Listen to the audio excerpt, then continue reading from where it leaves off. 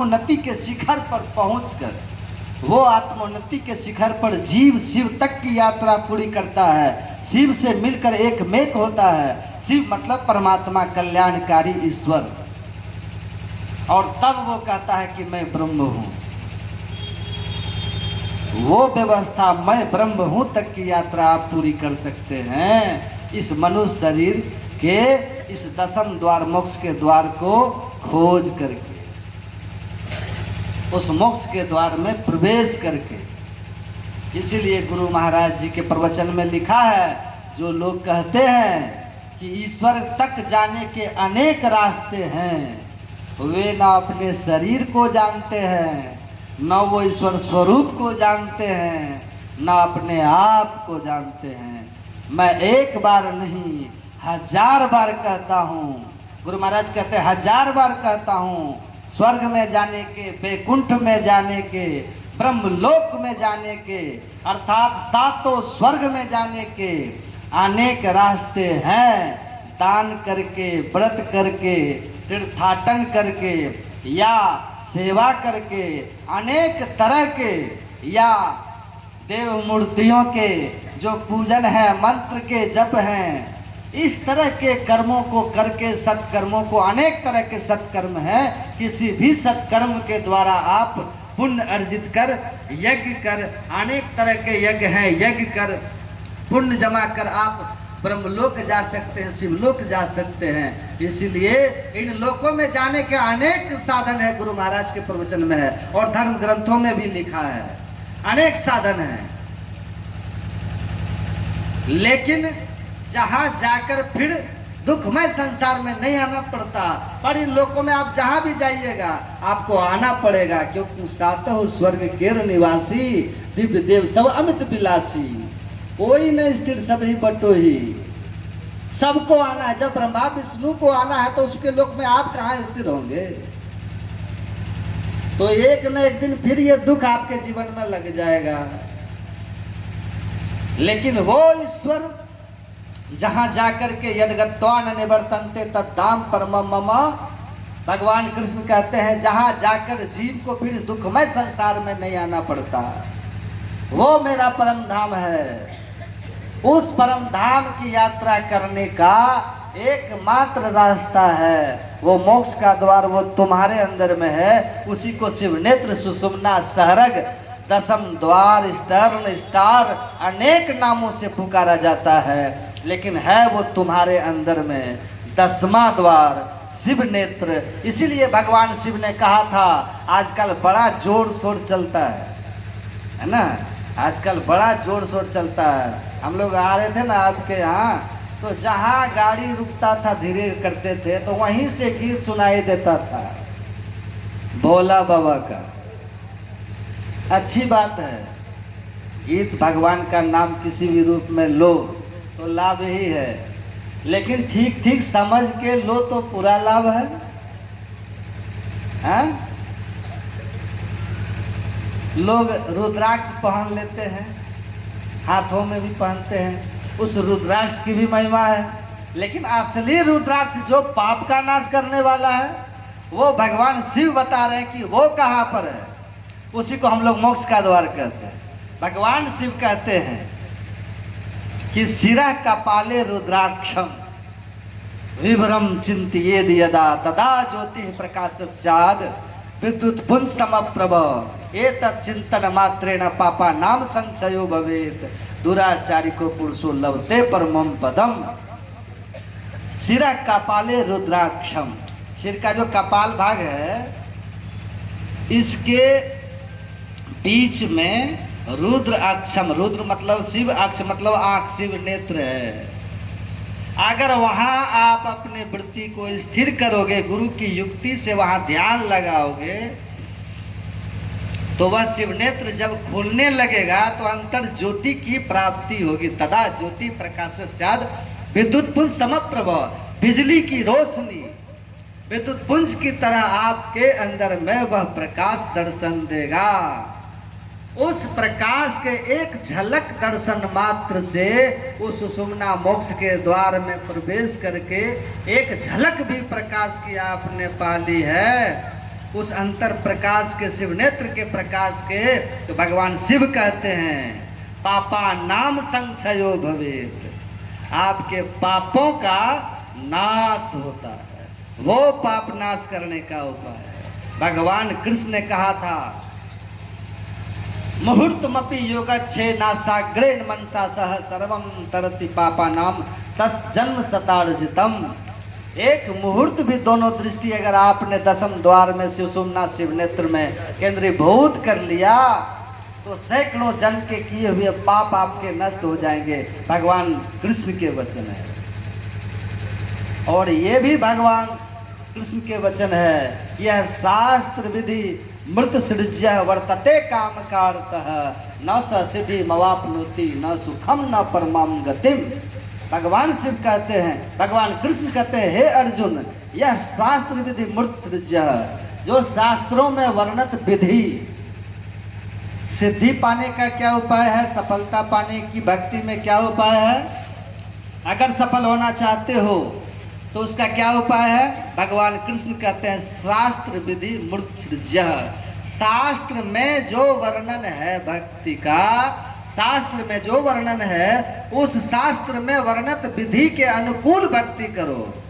सिद्धि मोआपनोति, आप सफलता को प्राप्त करिएगा, सिद्धि को प्राप्त करोगे, परम गति को प्राप्त करोगे, सुख को प्राप्त करोगे। आज शास्त्र में वर्णित विधि को छोड़ करके काम करता है, देखा देखी, बाबूजी करते थे तो बेटा भी कर रहे हैं, देख लिया था जैसे कर रहे हैं तो वैसे ही कर रहे हैं, अच्छी बात है कर रहे हैं। एक लड़के से हमने पूछा कि आप दीक्षा लेकर आगे का कीजिए। एक मंदिर में वो पूजा करते थे, उनके परंपरागत मंदिर थी, तो बोले कि हमारे बाप दादा यही करते आए हैं तो हम इसीलिए यही करते हैं। हम बोले ठीक है, वो यही करते थे तो आप इससे आगे भी करिए।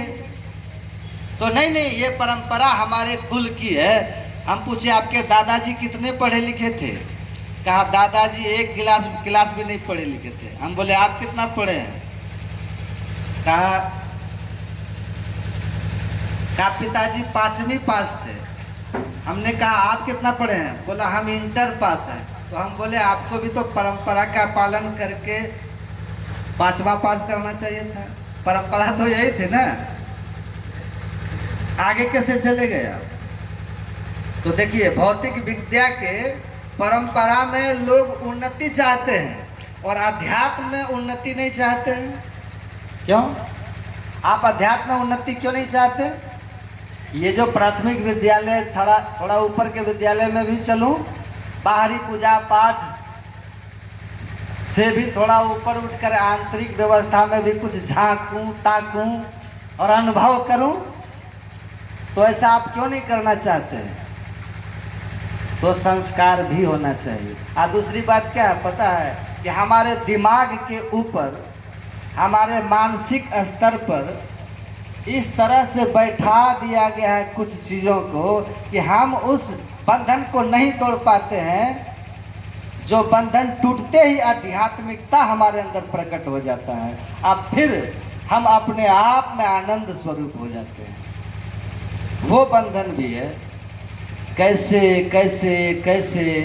तो गुरु महाराज कहते आप नहीं जानते हैं, शरीर के संबंध में नहीं जानते हैं, धर्म ग्रंथों के संबंध में आप नहीं जानते हैं, आप अपने स्वरूप को, ईश्वर के स्वरूप को। इसलिए अनेक मार्ग कहते हैं। जितने भी धर्म ग्रंथ है सब ने कहा एक मार्ग है, सिर्फ एक मार्ग। वेदा में तम पुरुषम महांतम मादित्य वर्णम तम सह परत सात तमेद विदित्वाद मृत्यु में थी नान्यो पंथा विद्यते अनाया। नौ अन्य पंथा विद्यते, नौ अन्य पंथा वेद के मंत्र है ये। उस परम पद को प्राप्त करके जिसके जीव के जन्म के मन के चक्र से छूटता है, आंख बंद करने पर जो अंधकार दिखाई देता है, इस अंधकार में दसम द्वार शिव नेत्र सहरक सुषुम्ना में जो अपने वृत्ति को स्थिर कर सकता है सदगुरु की बताई सदयुक्ति से। करंधार सदगुरु दृढ़ नावा, भगवान राम कहते हैं। संत सदगुरु की बतलाई युक्ति से जैसे ही वो वृत्ति को स्थिर करता है, अंतः प्रकाश हो जाता है। वेद भगवान कहते हैं उसी प्रकाश होकर के उस परम पुरुष तक जाने का रास्ता है। न अन्य पंथा विद्यते अनाया। अगर तुमको कोई और पथ कहता है कि और कोई रास्ता है तो वेद भगवान कहते हैं वो गलत बता रहा है। इसलिए ध्यान से सुनो। सर्वंत विश्वे अमृतस्य पुत्राः आए धामानि विश्वानि तस्तुः दिव्यानि तस्तुः। कहते हैं सुनो विश्व के लोगों, दुनिया के लोगों, और दिव्यानि तस्तुः है स्वर्ग में रहने वाले देवी देवता, तुम भी सुनो। तुम्हें भी पता नहीं है कि वह परम पुरुष जिसको जान लेने से जीव मृत्यु के मुंह से छुटकर शाश्वत सुख पाता है, वहां तक जाने का एक रास्ता है, वो आंख बंद करके अंतः प्रकाश की प्राप्ति का साधन है। और वहीं से जैसे प्रकाश होता है, शब्द मिलता है, ज्योति नाद का मार्ग बनाइए धरा जाए तिल से, लो धरो जतन करो दिल से। तो वेद भगवान भी कहते हैं एक पंथ है। गुरु महाराज भी कहते हैं आप नहीं जानते अपने शरीर को, आप नहीं जानते अपने स्वरूप को, आप नहीं जानते ईश्वर स्वरूप को, इसीलिए ना ही आपको धर्म ग्रंथों का अध्ययन है, इसीलिए आप अनेक राह कहते हैं। स्वर्ग में चले जाओगे, वैकुंठ में चले जाओगे, लेकिन मोक्ष के पद में जाने के लिए तो तुम्हारे अपने अंदर के मार्ग में चलना होगा, जो भगवान द्वारा निर्मित है। दोनों आंखों के ठीक मध्य में है मोक्ष का द्वार। इसीलिए कहा कि सुषुम्ना सुखमना दसम द्वार, इस द्वार में चलिए। कबीर साहब ने कहा, बड़ा सुंदर ब्रह्मानंद जी का पद है, कोई ध्यावत है मथुरा नगरी, कोई जाए बनारस बास करे। जब व्यापक तत्व पहचान लिया, तब भ्रम का भंडा फोड़ दिया, ऐसी गुरुदेव करी कृपा, मेरे मोह का बंधन तोड़ दिया। गुरु की कृपा होती है तो कहते हैं बंद कराए पलक पटको, कहे बाहर में तुम मत भटको। बंद कराते हैं पलक पट को, बैठा देते हैं, कहते हैं मंत्र का जप करो, इष्ट रूप का ध्यान करो, और फिर दृष्टि योग की क्रिया करके उसी अंतः प्रकाश मोक्ष के द्वार में शिव नेत्र में प्रवेश कर जाओ। इसमें प्रवेश करते ही परमात्मा की ओर जाने का रास्ता मिल गया। अब फिर वहाँ से ज्योति और नाद के सहारे चलते हुए परम पद को प्राप्त कर लोगे। यही मनुष्य जन्म पाने का लाभ है। और इसी पथ जो आपके अंदर में जो ज्योतिनाथ का बना हुआ जो पथ है, मोक्ष का द्वार, दसम द्वार शिव नेत्र है, यही आपकी महिमा है। आपको देव दुर्लभ बनाता है। अगर ऐसे दुर्लभ तन को पाकर आपने परमात्मा की प्राप्ति के लिए गुरु करंधार रूपी गुरु से युक्ति लेके साधना की, इस पथ पर चले, तो आपका सौभाग्य हो गया। आपने इस दुर्लभ तन को पाकर अपना सौभाग्य जगाया। राम तीर्थ कहते थे, we can only claim to be fortunate when we found the way of solvation.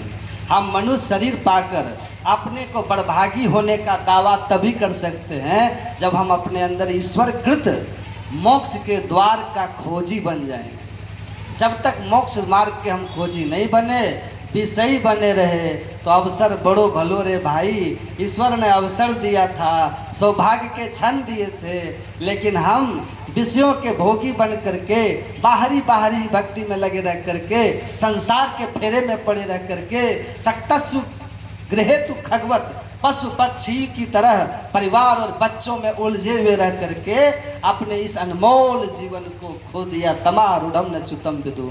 84 lakh योनियों से चलते चलते जो ये इतनी ऊंचाई पर पहुंचे थे देव दुर्लभ तन पर, यहाँ से फिर हम गिर करके 84 में चले गए।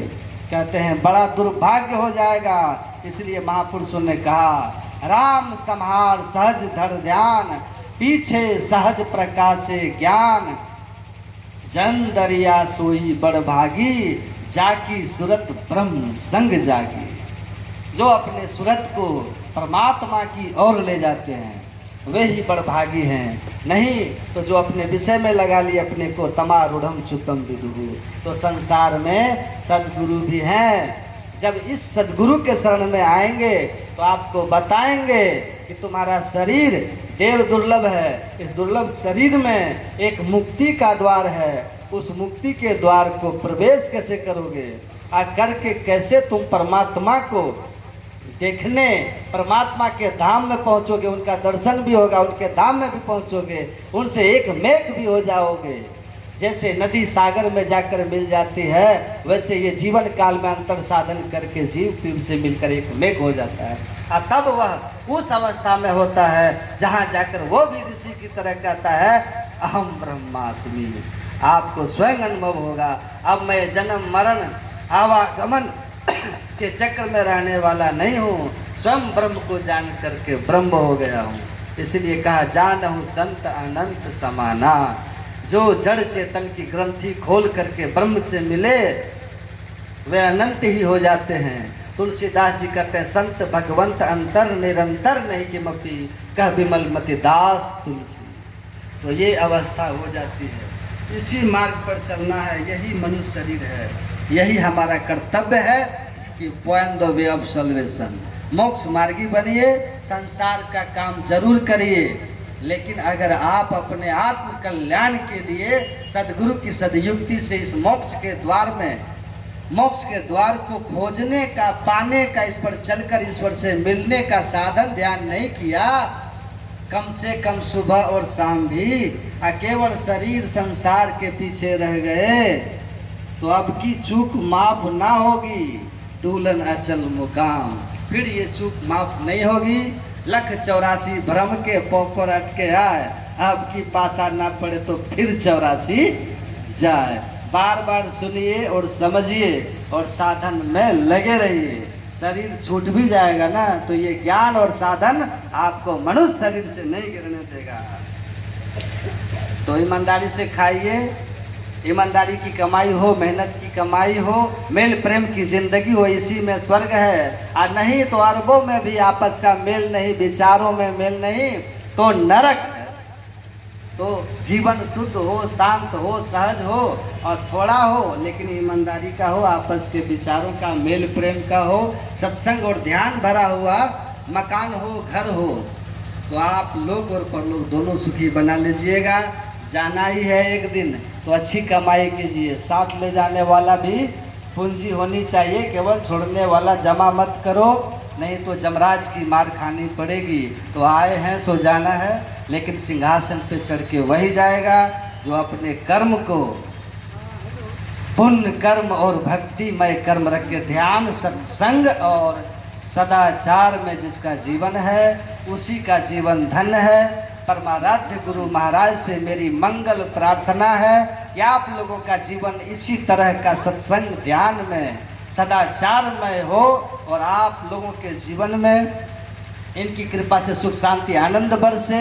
यह सत्संग जो आप लोगों ने कराया है, जिनके भी इसमें धन लगे हैं, तन लगे हैं, मन लगे हैं, या आकर के आप लोग यहाँ सुने हैं, वे सब के सब बड़भागी हैं। इस सत्संग में लगाया हुआ एक एक पैसा सार्थक है। एक एक क्षण इस सत्संग में जो आप लोगों ने आकर के बिताया है, लेखे में सोई घड़ी बाकी के सब बार। ये घड़ी आपके जीवन के धन्य घड़ी है। धन्य घड़ी जब हो सत्संगा, तो ये जीवन के धन के क्षण थे जो आपने कल से आज तक बिताया है। मेरी गुरु महाराज से, ईश्वर से आप लोगों के लोक परलोक में सुखमय होने की मंगल कामना करता हूँ। पूज्य बाबा को भी मैं प्रणाम करता हूँ। बोलिए प्रेम से श्री सद्गुरु।